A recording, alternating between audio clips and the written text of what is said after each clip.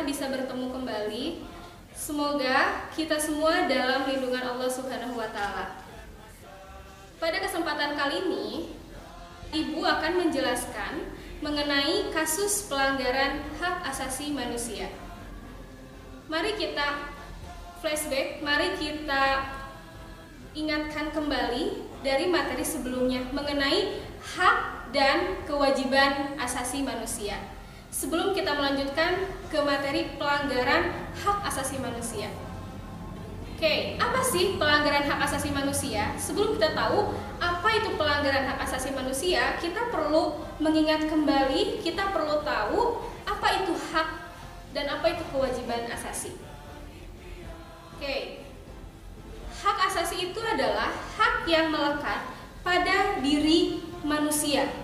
Hak yang melekat pada diri manusia sejak lahir.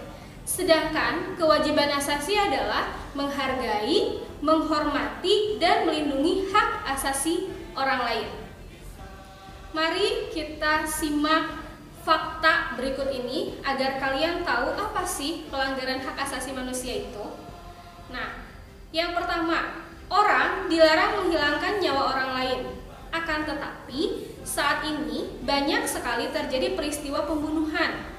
Salah satu buktinya, sering sekali media massa memberitakan peristiwa pembunuhan. Itu ada kasus mengenai pembunuhan. Sekarang banyak sekali kasus mengenai pembunuhan, penganiayaan yang diberitakan di media massa.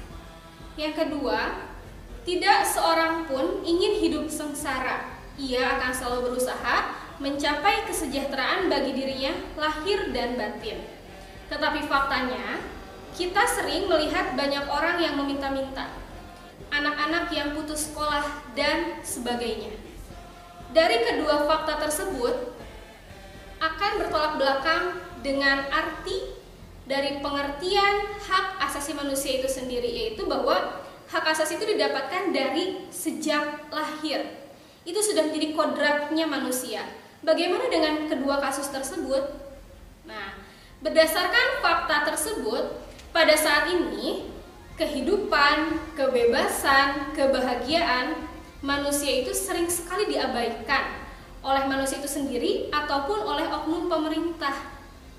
Sehingga terjadilah pembunuhan, sehingga terjadilah kesengsaraan. Karena apa? Karena kehidupan, kebebasan, dan kebahagiaan ini diabaikan, sering banyak diabaikan oleh manusia lainnya. Gitu. Padahal ketiga hal tersebut merupakan sesuatu yang mendasar yang harus kita miliki oleh manusia dan tidak dapat dikurangi dalam keadaan apapun. Ketiga hal tersebut merupakan sesuatu yang sangat mendasar. Sesuatu yang mendasar itu dalam pengertian lain disebut hak asasi. Dengan demikian, secara sederhana, hak asasi manusia itu adalah hak dasar menurut kodratnya sebagaimana yang ditegaskan dalam pasal 28 ayat 1 Undang-Undang NKRI tahun 1945, yaitu hak untuk hidup, hak untuk tidak disiksa, hak kemerdekaan pikiran dan hati nurani, hak beragama, hak untuk tidak diperbudak, hak diakui sebagai pribadi di hadapan hukum, dan hak untuk tidak dituntut atas dasar berlaku surut adalah hak asasi manusia yang tidak dapat dikurangi dalam keadaan apapun. Dalam pengertian di pasal 28I ayat 1 ini bahwa ada kata-kata hak untuk hidup. Tapi dalam fakta yang tadi yang pertama bahwa banyak terjadi pembunuhan. Berarti sudah terjadi apa? Terjadi suatu pelanggaran hak. Begitu. Nah, selain tadi ada hak asasi manusia, ada juga yang namanya kewajiban asasi. Apa sih hubungan antara hak asasi dan kewajiban asasi? Setiap manusia memiliki kewajiban asasi. Ya, selain memiliki hak, kita pun memiliki kewajiban asasi. Apa sih kewajiban asasi? Kewajiban asasi itu adalah menghormati, menjamin, dan melindungi hak asasi manusia lainnya. Hak hidup yang tadi, melindungi hak yang mana? Hak hidup, hak kebebasan, dan kebahagiaan seorang manusia dapat dijamin atau terlindungi apabila ia sendiri menjamin dan melindungi hak hidup, kebebasan, dan kebahagiaan orang lain. Begitu. Jadi, selain kita memiliki hak nih, setiap orang memiliki hak asasi, tapi kita pun memiliki kewajiban asasi. Kewajiban kita adalah melindungi, menghargai, dan menghormati hak asasi orang lain. Nah, untuk bisa kita dijamin hak kita oleh orang lain, kita pun harus bisa menjamin dan melindungi hak orang lain, yaitu kewajiban asasi tadi. Lalu, bagaimana dengan pelanggaran HAM? Nah, dengan demikian, secara sederhana bahwa pelanggaran hak asasi manusia itu adalah pelanggaran atau kelalaian terhadap kewajiban asasi yang dilakukan oleh seseorang atau sekelompok orang kepada orang lain. Maksudnya begini, kita memiliki kewajiban asasi, tapi kita tidak menghargai, kita tidak melindungi hak orang lain, maka akan terjadilah pelanggaran hak asasi orang lain. Gitu. Jika kita ingin hak kita dilindungi, jika kita ingin hak kita dihargai oleh orang lain, kita pun harus bisa menghargai, menghormati, dan menjamin hak orang lain. Apabila kita tidak bisa menghargai, menjamin, dan melindungi hak orang lain, maka akan terjadilah satu pelanggaran yang dikatakan pelanggaran hak asasi manusia. Nah, secara yuridis, menurut pasal 1 angka 6 Undang-Undang Dasar Negara Republik Indonesia nomor 39 tahun 99 tentang hak asasi manusia, yang dimaksud dengan pelanggaran HAM adalah setiap perbuatan seseorang atau sekelompok orang yang termasuk aparat negara, baik disengaja ataupun tidak disengaja, atau kelalaian yang secara hukum mengurangi, menghalangi, membatasi, dan atau mencabut hak asasi manusia seseorang atau sekelompok orang yang dijamin oleh undang-undang dan tidak mendapatkan atau mengkhawatirkan tidak akan memperoleh penyelesaian hukum yang adil dan benar berdasarkan mekanisme hukum yang berlaku. Itu menurut pasal 1 angka 6 di Undang-Undang Dasar Negara Republik Indonesia nomor 39 tahun 99. Gitu. Jadi pada intinya kita antara hak dan kewajiban asasi itu harus seimbang, harus balance. Jika kita ingin hak kita dilindungi, maka kewajiban kita harus dilaksanakan. Dalam pelanggaran hak asasi terdapat dua bentuk. Dua bentuk pelanggaran hak asasi manusia. Yang pertama ada diskriminasi, yang kedua ada penyiksaan. Apa sih diskriminasi? Nah, diskriminasi yaitu suatu pembatasan, pelecehan, atau pengucilan yang langsung maupun tidak langsung didasarkan pada pembedaan manusia atas dasar agama, suku, ras, etnik, kelompok, golongan, jenis kelamin, bahasa, keyakinan, dan politik yang berakibat pengurangan, penyimpangan, atau penghapusan hak asasi manusia dan kebebasan dasar dalam kehidupan baik secara individual maupun kolektif dalam semua aspek kehidupan. Jadi diskriminasi itu adalah suatu pelanggaran, suatu bentuk pelanggaran yang dimana ada satu pembatasan atau satu pelecehan atau satu pengucilan terhadap seseorang, ras, etnik, suku, bangsa, golongan, sesuai jenis kelamin, seperti itu. Contoh, misal di dalam satu kelas terdapat satu orang yang biasa menjadi korban bully. Nah, ketika kalian melakukan bullying tersebut, ketika kalian melakukan pelecehan, pengucilan terhadap seseorang tersebut, itu sudah melakukan salah satu diskriminasi. Contoh, ketika kalian di dalam satu kelas itu ada orang yang sangat gemuk, terus kalian mengejek orang tersebut, "Hei gendut, gendut, gendut," atau "Hei hitam, hitam," atau apapun itu itu sudah merupakan suatu bentuk pelanggaran HAM, yaitu masuk ke dalam diskriminasi. Karena kalian mengucilkan, melecehkan dengan membuli kata-kata tersebut. Itu diskriminasi. Yang kedua yaitu ada bentuk pelanggaran seperti penyiksaan. Penyiksaan adalah suatu perbuatan yang dilakukan dengan sengaja sehingga menimbulkan rasa sakit atau penderitaan, baik jasmani maupun rohani pada seseorang untuk memperoleh pengakuan atau keterangan dari seseorang atau orang ketiga. Nah, jika penyiksaan jelas. Ketika diskriminasi hanya berupa ucapan, hanya berupa bully secara verbal, itu diskriminasi. Kalau penyiksaan apa? Penyiksaan yang menimbulkan rasa sakit terhadap korbannya. Itu suatu pelanggaran hak asasi manusia. Misal penyiksaan selain dibully, sering terjadi pemukulan, perpeloncoan. Nah, itu satu bentuk pelanggaran yang dikatakan dari bentuk penyiksaan. Nah, selain ada bentuk pelanggaran HAM, HAM juga berdasarkan sifatnya dibedakan menjadi dua. Sifat HAM ada dua, yaitu pelanggaran HAM berat dan pelanggaran HAM ringan. Apa itu pelanggaran HAM berat? Pelanggaran HAM berat yaitu pelanggaran HAM yang berbahaya dan mengancam nyawa manusia seperti pembunuhan, penganiayaan, perampokan, perbudakan, penyanderaan. Itu merupakan suatu pelanggaran HAM berat. Jadi suatu pelanggaran HAM berat ini satu pelanggaran di mana kasusnya sudah mengancam nyawa, sudah mengancam diri dari orang tersebut. Misal pengambilan hak atas hidup itu seperti pembunuhan. Itu sudah merupakan HAM yang berat. Selain pembunuhan, mengambil nyawa seseorang, penyiksaan pun ketika kalian berantem di kelas sampai kalian nonjok atau sampai kalian menendang temannya, itu sudah masuk pelanggaran HAM berat. Seperti itu. Apa bedanya dengan pelanggaran HAM ringan?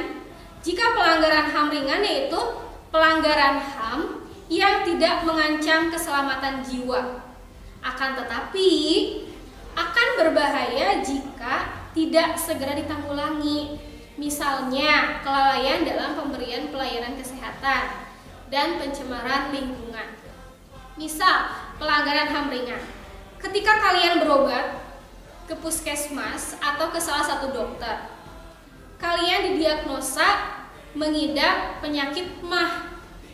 Tetapi yang diberikan adalah obat dengan penyakit yang lain. Nah, itu sudah merupakan satu pelanggaran HAM ringan karena kelalaian dalam pemberian pelayanan. Salah satunya memberikan obat. Bagaimana dengan pelanggaran HAM ringan ini? Pemberian obat tersebut walaupun tidak akan langsung memberikan efek samping, tapi ketika itu terjadi akan menjadi satu pelanggaran HAM yang berat. Walaupun ringan nih, salah memberikan obat, tetapi jika hal tersebut sampai mengancam nyawanya, itu akan menjadi pelanggaran HAM berat. Contoh lain, pelanggaran HAM ringan, pencemaran lingkungan. Banyak limbah pabrik yang dialiri, yang disalurkan ke irigasi. Nah, tampaknya seperti biasa saja, padahal ketika lama-kelamaan dibiarkan, walaupun itu satu pelanggaran HAM ringan, dibiarkan, ketika pembiaran itu terjadi, maka akan menjadi satu pelanggaran HAM berat. Dengan apa? Misal mencemari lingkungan yang lainnya. Walaupun itu misalkan awalnya dari irigasi biasa saja, tidak ada apa-apa. Ketika kelalaian tersebut terus dilakukan, maka akan jadi satu pelanggaran HAM berat. Walaupun rasanya seperti HAM ringan, seperti itu. Jadi secara garis besar, jika pelanggaran HAM berat ini berbahaya dan mengancam nyawa manusia. Tetapi jika HAM ringan tidak mengancam keselamatan jiwa, namun berbahaya jika tidak segera ditanggulangi. Seperti itu. Oke, selain tadi ada sifat pelanggaran HAM dan bentuk pelanggaran HAM, di dalam pelanggaran HAM berat tadi ada pelanggaran HAM ringan dan pelanggaran HAM berat. Di dalam pelanggaran HAM berat, menurut Undang-Undang Nomor 26 Tahun 2000 tentang Pengadilan HAM dapat diklasifikasikan menjadi ada dua kejahatan. Ada kejahatan genosida dan kejahatan terhadap kemanusiaan. Apa sih kejahatan genosida itu?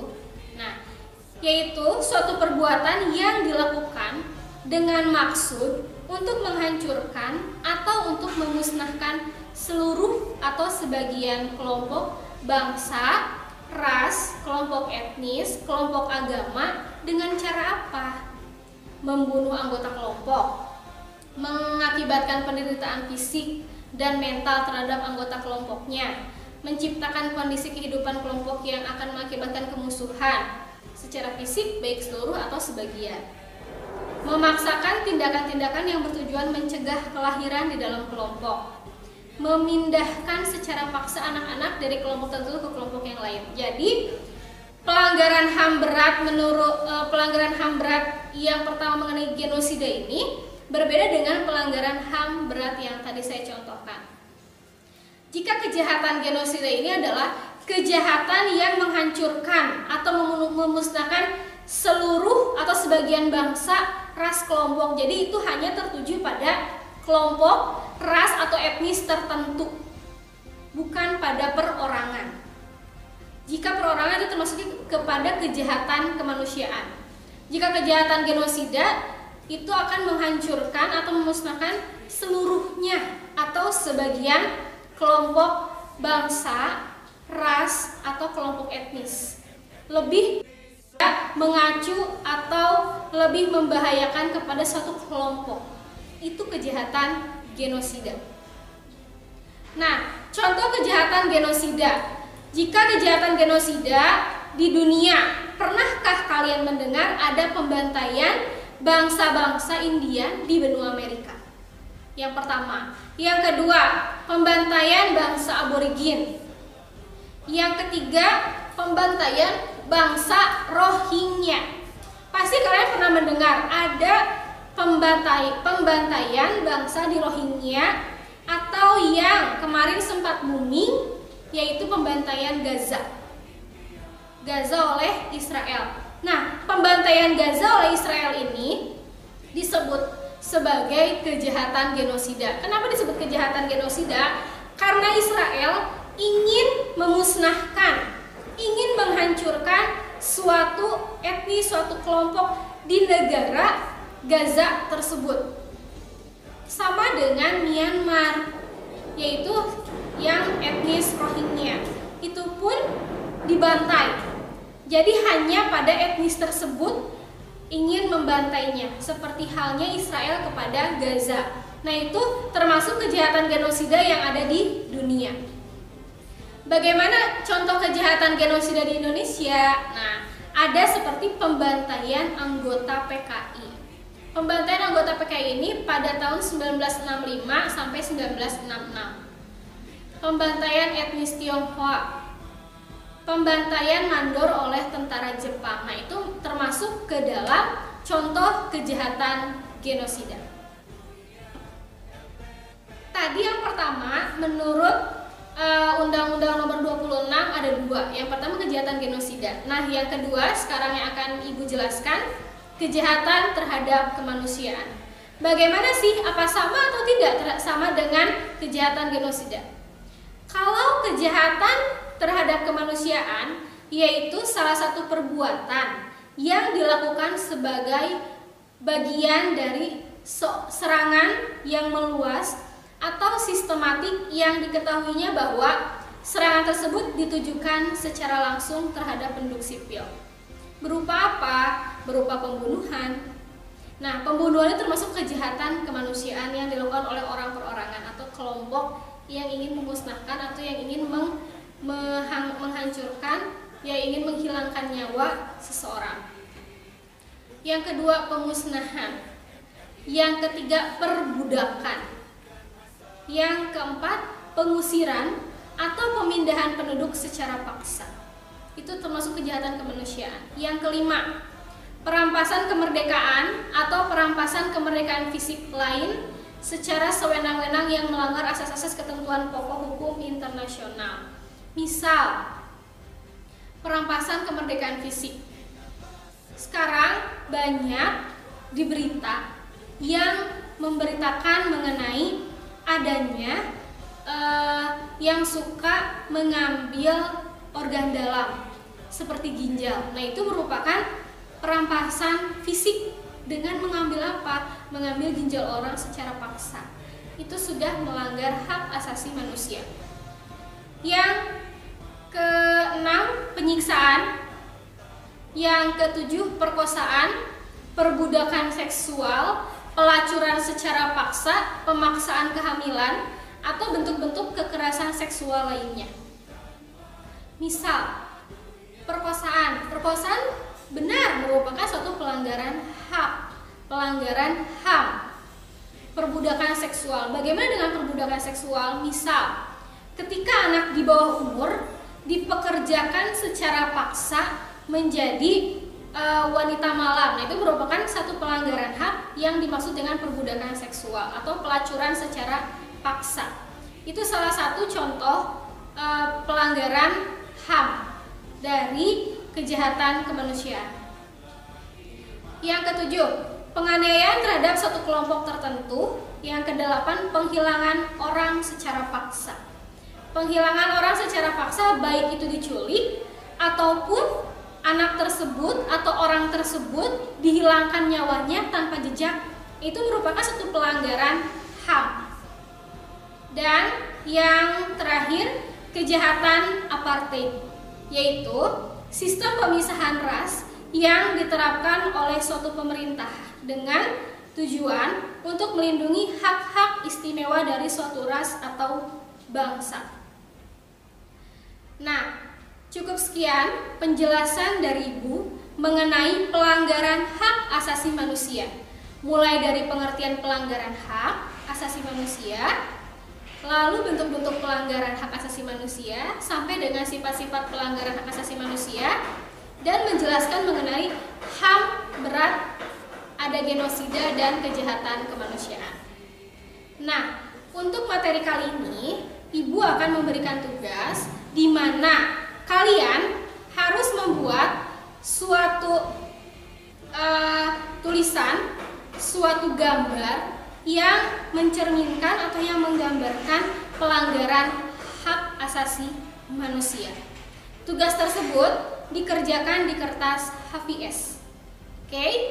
Nah, untuk materi kali ini saya cukupkan, dan jangan lupa untuk minggu depan kita akan membahas di mana ada satu pelanggaran, pasti akan ada faktor. Faktor apa saja sih yang menyebabkan pelanggaran itu terjadi? Dan jika sudah ada faktornya, bagaimana upaya itu? Upaya untuk menindaklanjuti pelanggaran HAM bagaimana?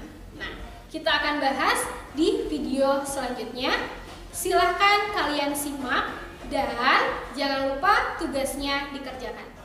Saya cukupkan sekian. Assalamualaikum.